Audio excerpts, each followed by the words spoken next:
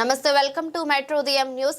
మా ఇల్లు మాకు కావాలి అనే నినాదంతో కరీంనగర్ జిల్లా హుజూరాబాద్ లో జర్నలిస్టులు చేపట్టిన నిరసన కార్యక్రమాలు 3వ రోజుకు చేరింది. హుజూరాబాద్ ప్రెస్ క్లబ్ నుంచి ప్రారంభమైన ర్యాలీ ప్రభుత్వ ఆసుపత్రి మీదుగా అంబేద్కర్ చౌరస్తా వద్దకు చేరుకుంది.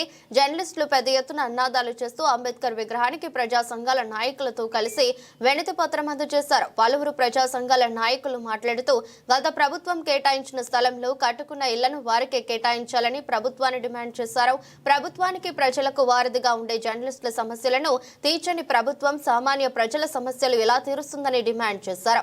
కార్యక్రమంలో ప్రెస్ క్లబ్ కన్వీనర్ గడ్డం ధర్మారెడ్డి, కాగిత రాములు, నిమ్మటూరి సాయి కృష్ణ, టీడబ్ల్యూజే జిల్లా ఉపాధ్యక్షుడు భరణి కుమార్, మీడియా జేవోతో పాటు ప్రెస్ క్లబ్ సభ్యులు పాల్గొన్నారు.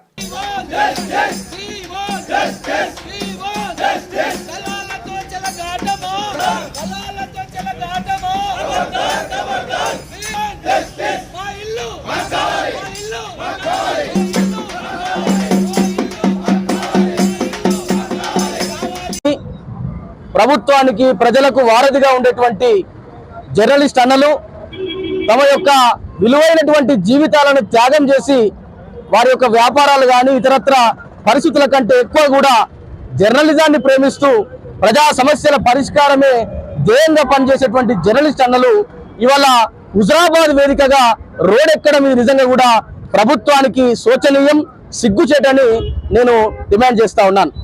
ఏదైతే రాష్ట్రంలో జర్నలిస్టులకు ఇండ్ల స్థలాలు పంపిణీ చేసినారో ఏ చోట లేని విధంగా కేవలం కరీంనగర్ లో, రేకుర్తిలో, అదే విధంగా ఈ యొక్క హుజూరాబాద్ లో, ఖమ్మంలో మాత్రమే ఈ రకమైనటువంటి సమస్యలతోటి అంతటా అన్ని చోట్లలో ఇల్లు కట్టుకున్నటువంటి జర్నలిస్ట్ అన్నలు ఉంటే కేవలం హుజూరాబాద్ అన్నలు మాత్రం ఇవాళ రోడ్ల మీద మా ఇండ్ల కోసం మేము ధర్నా చేస్తామని ఇవాళ పోరాటం చేస్తున్నటువంటి దుస్థితి దాపరించిందంటే ఇక్కడ స్థానిక ఈ యొక్క పాలకులు దీనికి కారణమని అభిప్రాయపడతా ఉన్నాను.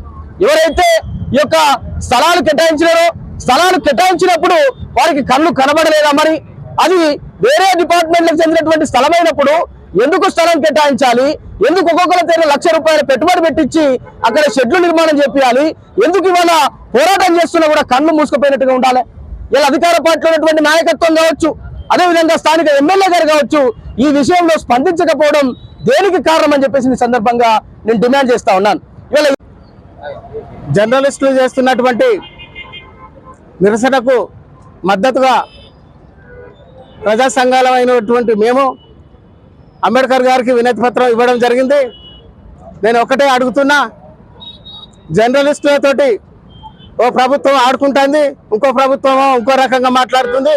మరి పోయిన ప్రభుత్వం ఏదైతే ఉన్నదో మరి ఆయన మెప్పు కొరకు, మరి ఎమ్మెల్యే గారి మెప్పు కొరకు నేను ప్లాట్లు ఇచ్చినా, నేను స్థలాలు ఇచ్చినా అని గొప్పగా చెప్పుకునడం కాదు, దాన్ని ఆపే పద్ధతి కూడా నీ దగ్గరలో ఉండాలి. నువ్వు రాజీనామా చేస్తావా లేకపోతే జర్నలిస్టులకు స్థలాలు ఇప్పిస్తావా తెలుసుకోవాల్సిన అవసరం మరి ఎమ్మెల్యే గారి మీద ఉంది. ఎందుకంటే మా ప్రభుత్వం ఇచ్చిందని నువ్వు గొప్పలు చెప్పుకుంటున్నావు, మరి ఈ ప్రభుత్వం తీసేస్తుంది. కాబట్టి దానికి సమాధానం మీరే చెప్పాలి.